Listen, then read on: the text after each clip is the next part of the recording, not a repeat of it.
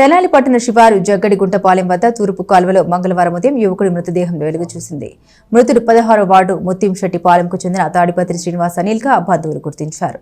స్నేహితులతో కలిసి పార్టీ కోసమని సరదాగా బయటకు వెళ్లిన ఆ వ్యక్తి 2 రోజుల తర్వాత కాలువలో శవమై కనిపించాడు.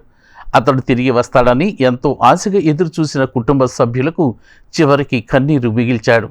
ఘటనకు సంబంధించి వివరాల్లోకి వెళితే పట్నంలోని 16వ వార్డు ముత్యంశెట్టిపాలెంకు చెందిన తాడిపత్రి శ్రీనివాస్ అనిల్ ఇంటి వద్దనే టెంట్ హౌస్ నడుపుకుంటూ జీవనం సాగిస్తుంటాడు.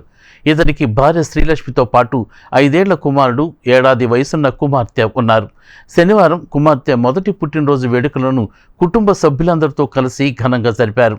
ఆదివారం స్నేహితులతో కలిసి పార్టీ ఉందని బయటికి వెళ్లిన అనిల్ తిరిగి రాకపోవడంతో కుటుంబ సభ్యులు ఆందోళనకు గురై వెతకటం ప్రారంభించారు.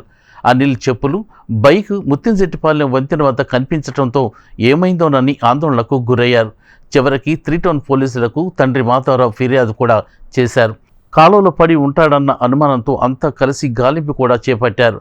ఇంతలో అనిల్ మృతదేహం జగ్గడిగుంటపాలెం వద్ద తూర్పు కాలువలో వెలుగు చూసింది.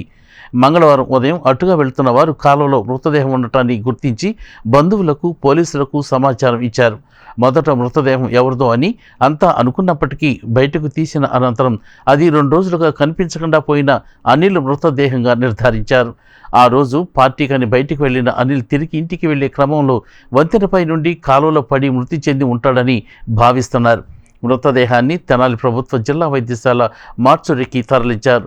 3 టౌన్ పోలీసులు అనుమానాస్పద మృతిగా కేసు నమోదు చేసి దర్యాప్తు చేస్తున్నారు.